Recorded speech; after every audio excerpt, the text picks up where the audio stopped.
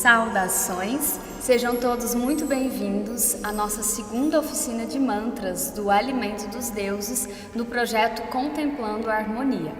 Para começar o nosso estudo sobre os mantras, a gente vai começar entendendo por que é tão importante colocar essa ferramenta, colocar a entoação dos mantras no nosso dia a dia, já que essa é uma ferramenta que vai ajudar a gente a conseguir entrar no estado da mente meditativa, o estado que alcançamos quando chegamos na meditação. Porém, não é sempre que a gente consegue já entrar no estado de meditação de cara, não é mesmo? Não é tão simples assim. E os mantras são uma ferramenta que vão ajudar a gente a nos concentrar, a recolher os nossos sentidos para dentro, para que assim a gente possa ter uma boa experiência meditativa. Nós sabemos que os nossos sentidos, visão, olfato, audição, paladar e tato estão o tempo todo funcionando e o nosso cérebro fica processando eles por uma parte do sistema límbico chamada tálamo. Isso acontece praticamente 24 horas, tirando os momentos em que estamos adormecidos. Portanto, o nosso cérebro acaba se sobrecarregando de tantas informações e é por isso que a gente muitas vezes nos sentimos com a mente cansada, com a cabeça cheia.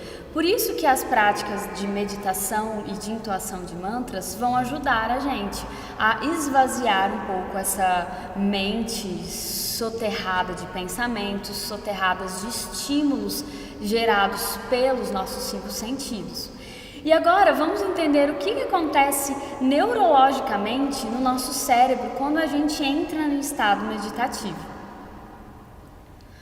Bom, quando nós focamos a nossa atenção em uma atividade apenas, seja meditar, seja entoar mantras, tocar um instrumento, pintar uma tela, jogar xadrez, entre outras atividades unidirecionadas que nós focamos na nossa atenção para um só ponto, acontece a seguinte ação no nosso cérebro. Essa região aqui da frente, chamada córtex pré-frontal, entra em maior funcionamento. E quando ela entra em maior funcionamento, ela aciona um mecanismo chamado giro cingulado, que funciona como uma ponte para transmitir uma mensagem ao tálamo, aquela região do sistema límbico que é responsável pela recepção das experiências que os nossos 5 sentidos recebem do mundo. Então, o tálamo, para a gente entender um exemplo bem didático, ele funciona como o porteiro do nosso cérebro e recebendo e separando todas as informações que os nossos 5 sentidos recebem do mundo. E quando a gente então está meditando, o tálamo recebe um comando de relaxamento, de repouso. É como se o córtex pré-frontal, que entrou em maior funcionamento, desse uma folga para o tálamo e deixasse ele ficar alguns instantes descansando sem atuar no seu trabalho, que é o de receber informações. Logo, a gente já pode prever que o nosso cérebro entra em maior descanso, porque esse porteiro, essa porta do cérebro que fica o tempo inteiro recebendo informações, é como se ela se fechasse. E aí o nosso cérebro pode descansar e restaurar. Muito bem, nós já entendemos então a importância fisiológica de estabelecer a prática meditativa na nossa vida e a importância que os mantras vão ter em ajudar a gente a entrar nesse estado meditativo, por justamente ajudar a nossa mente a focar em uma só atividade, no caso, na entoação daquele mantra que você escolheu para te aprofundar no seu momento presente.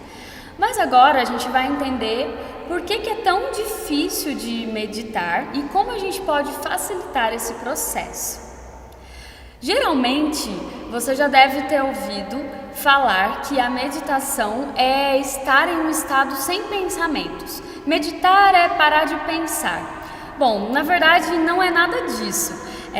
Se a gente pensar dessa forma, vai ficar sempre difícil da gente conseguir entrar no estado meditativo, porque a gente vai tentar começar a meditar e vai vir um pensamento, depois vai vir outro pensamento.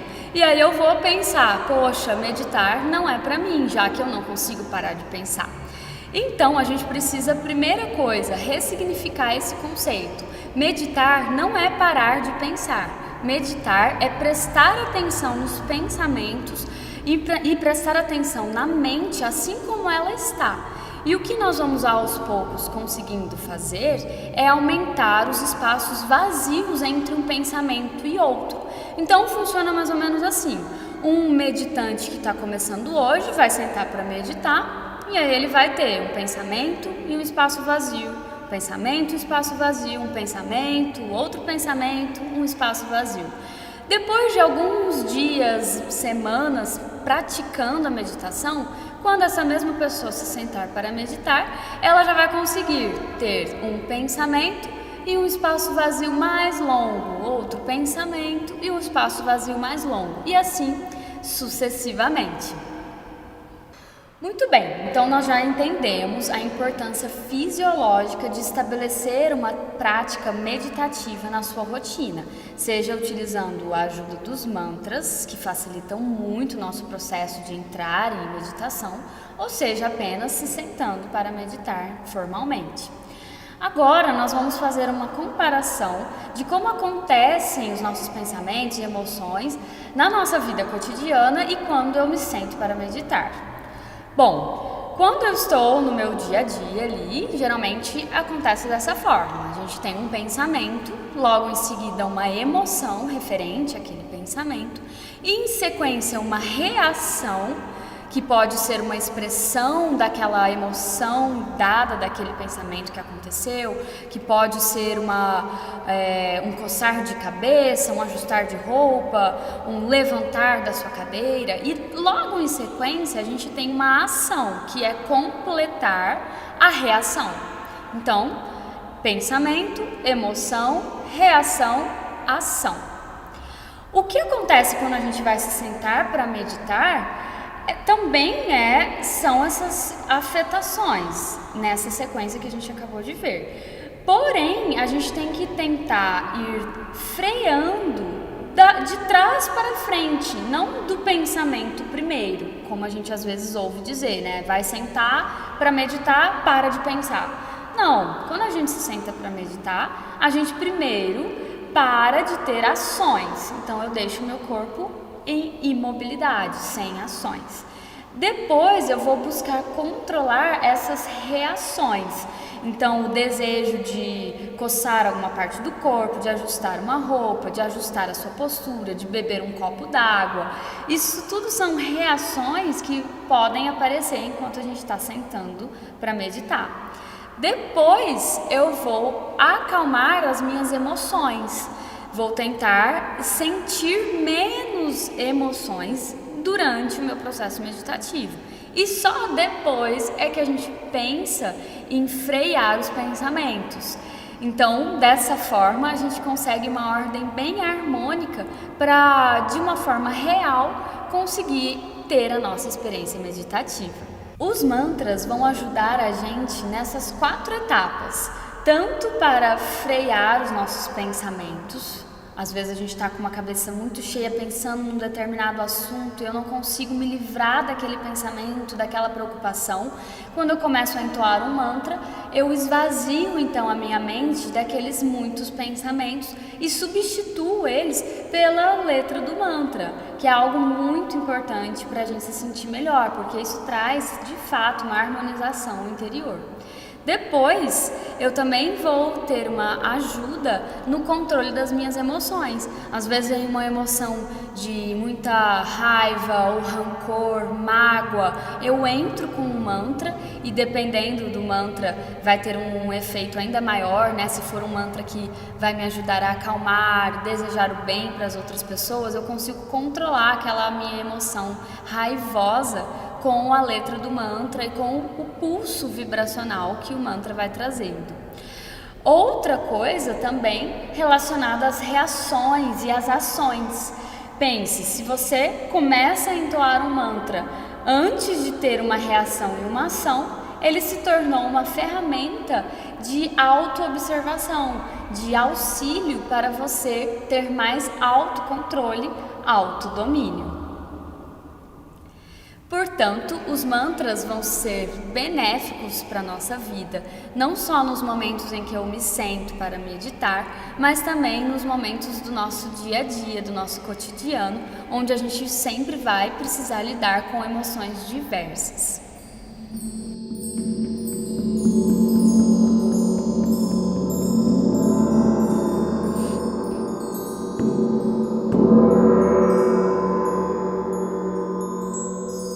Vamos fazer mais um mantra aqui, que é o mantra Purnamada. Foi o primeiro mantra concebido para o projeto Contemplando a Harmonia. Eu parti de uma melodia tradicional e criei uma nova harmonização em cima dessa melodia e fiz a expansão da harmonia para incluir as dissonâncias, né? Então nós temos aqui, um acorde de Ré e um acorde de Lá. Então é um Ré menor, né? Tonalidade da peça. E um Lá. Dá para fazer assim, E essa versão expandida é somente para quem já tem um domínio maior do instrumento. Depois a gente vai ter uma forma diferente de Lá, veja esse Lá aqui. A diferença é a nona bemol. Esse é um acorde muito usado no flamenco. Então a gente vai progredir disso. Si bemol maior, Dó. Isso aqui também é um Lá, mas só que é um Lá extremamente dissonante, né? Ré menor. E aí a gente vai repetir. Esse Si bemol aqui, perceba que eu desci ele com uma sétima maior, tríade de Dó comum, vim aqui Dó sustenido com o Ré incluso, e aqui vamos terminar num Ré menor e também igualmente calibrado em dissonâncias. Vamos cantar o mantra aqui da forma mais simples e aí depois a gente vai passar para essa harmonia expandida, né? E confiram aqui a melodia da letra, que também vai estar explicando aqui o que é que a gente está cantando, né? Então vamos lá.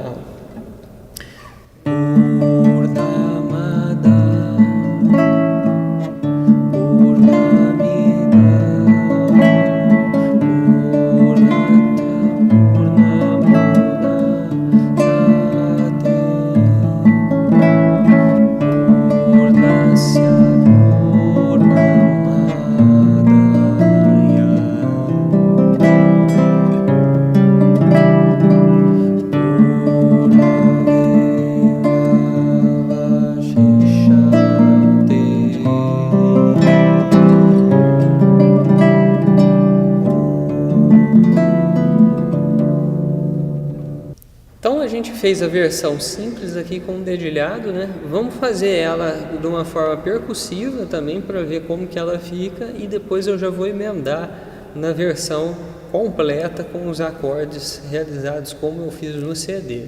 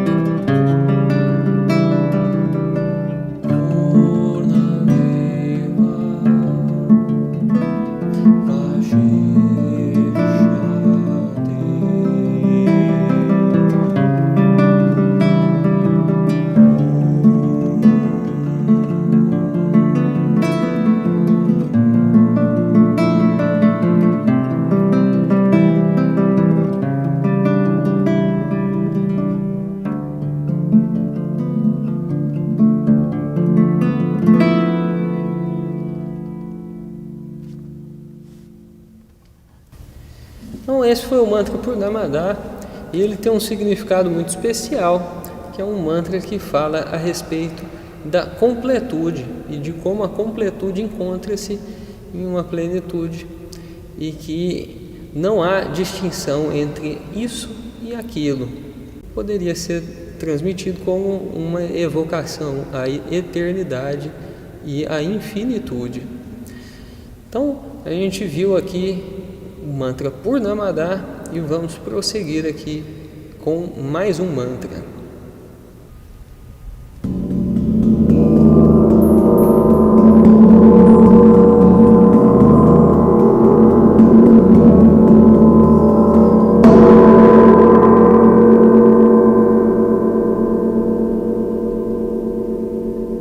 Vamos prosseguir agora com mais um mantra composto exclusivamente para esse disco, que é o mantra Pavamana. Vamos pegar também o significado deste texto e como que é a interpretação desse mantra. Então agora vamos ver uma das interpretações do significado da letra desse mantra, que é a seguinte: do irreal, guia-me ao real. Da escuridão, guia-me à luz. Da morte, guia-me à imortalidade. Então a gente já vê que é um mantra mais profundo. Esse é um mantra um pouco mais complexo de se tocar, porque a harmonia dele visita vários acordes. Também são acordes baseados em uma harmonia tetrádica. Então a gente expandiu as nossas tríades com dissonâncias características do violão.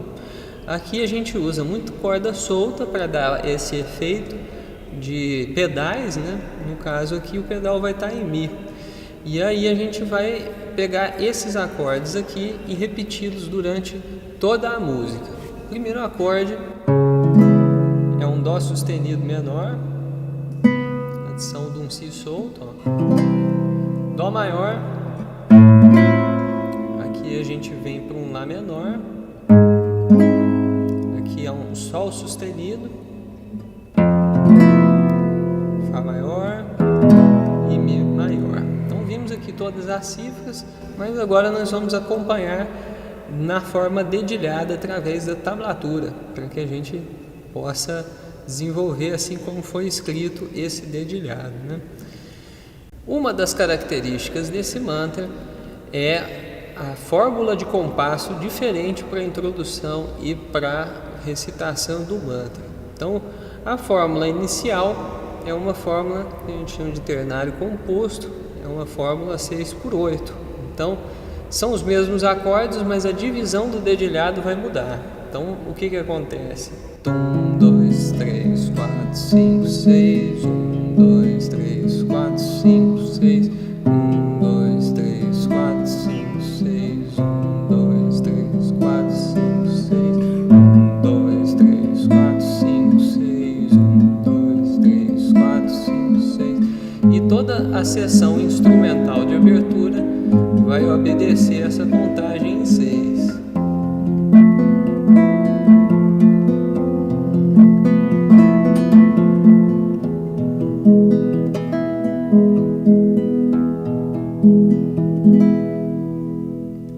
Então aqui a gente acompanhou com as tablaturas. A gente pode pegar essa contagem aí. E depois que a gente tem a introdução instrumental, a gente vai inaugurar uma nova seção do mantra. E essa seção é marcada com a transição do gongo. E eu vou falar um pouco sobre o gongo e como que o gongo funciona. Então, vocês viram aqui o gongo. O gongo é um instrumento percussivo que tem uma liga de metais constituinte, ele é forjado e temperado através de marteladas. E assim ele consegue distribuir várias frequências em sua composição, e a ressonância delas no espaço, né, é muito poderosa. Ela cria ondas que têm muitos graves e parciais harmônicas. Então ele é um instrumento harmonicamente muito rico. E assim ele tem a capacidade de acessar a nossa percepção de uma forma diferente do que outros instrumentos conseguem. Ele tem muita tecnologia aplicada à sua construção, Porém, ele é um instrumento onde não se desenvolve expressões artísticas e musicais. Ele é um instrumento onde você vai invocar essas presenças substanciais de harmônicos para poder modular a experiência do ouvinte em estados alterados de consciência. Então, a tradição dos gongos remonta a várias civilizações asiáticas e a gente tem um grande expoente de gongos nos Himalaias, uma civilização onde a gente também encontra sinos e tinchas, que são pequenos gongos em miniaturas, né? E através dessas instrumentações foi se desenvolvendo uma forma de musicoterapia que é muito característica da liturgia budista himalaica. Então, é muito comum associarmos o gongo com as práticas de mantras, principalmente dentro desse contexto litúrgico, dentro dos esquemas de religião budista e derivados que passaram a se desmembrar pelo mundo. E o gongo passou então a ser uma coisa disseminada no mundo inteiro e chegou até as nossas orquestras ocidentais sob o nome de tantã. E o tantã é utilizado em muitas peças sinfônicas, mas com uma presença de impacto e de efeito.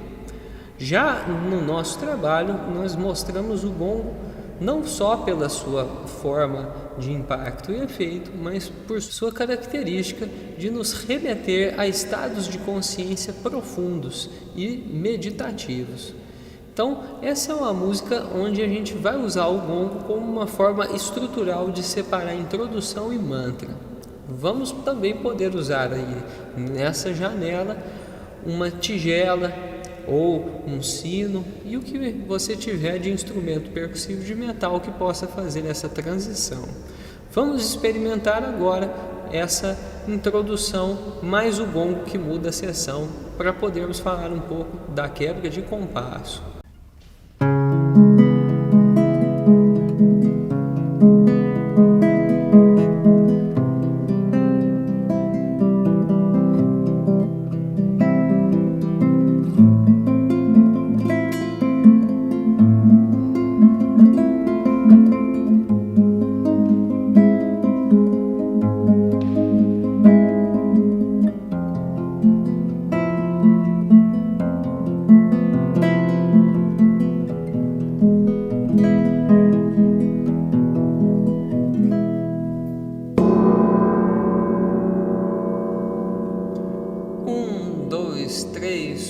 Agora foi para compasso quaternário.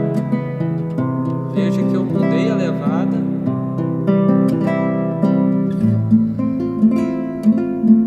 Não estou dedilhando todas as notas. Estou combinando elas em blocos. E agora vamos contar aqui para ver. 1, 2, 3, 4. 1, 2, 3. Essa é uma transição que inova essa harmonia. A gente fazendo essa troca de compasso vai dar um novo interesse musical para a sessão onde a gente introduz o mantra. E esse é um mantra muito curioso porque eu fiz um dueto muito especial para a gente poder cantar em cima dessa harmonia que é, de certa forma, complexa, né? Não é uma harmonia tão comum como a anterior.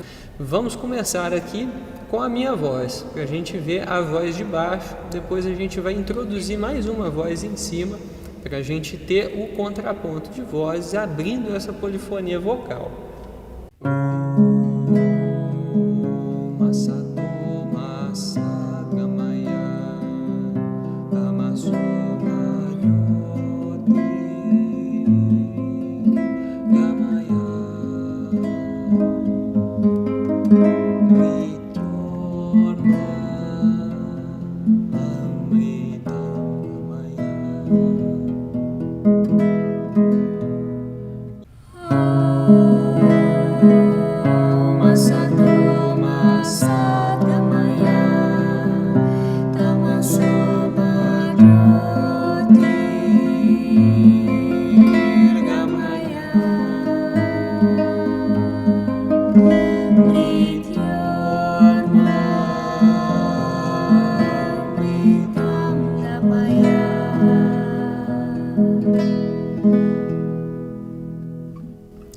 vimos aqui como fica o dueto vocal. Perceba que existe alguma dissonância desconfortável no final da música quando a gente tem um intervalo de sétima, mas é intencional, ele faz parte de um sistema de harmonia expandida, né?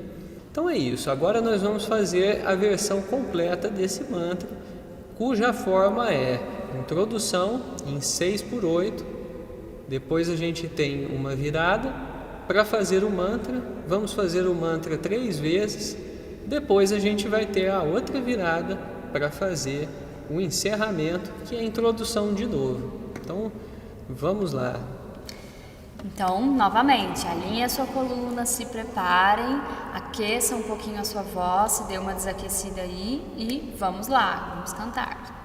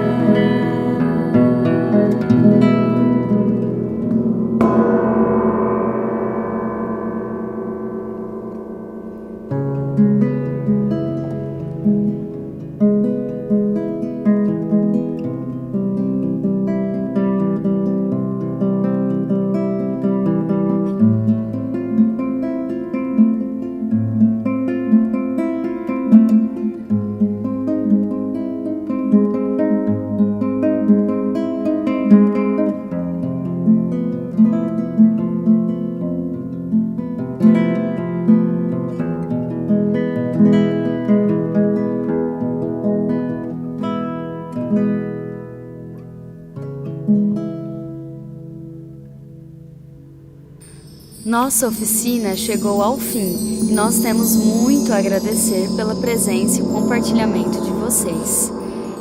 Lembrando que nós ainda teremos mais oficinas pela frente, então fiquem ligados no nosso trabalho e entrem para o nosso grupo do WhatsApp particular. Esse projeto é contrapartida social do PMIC Uberlândia 2020.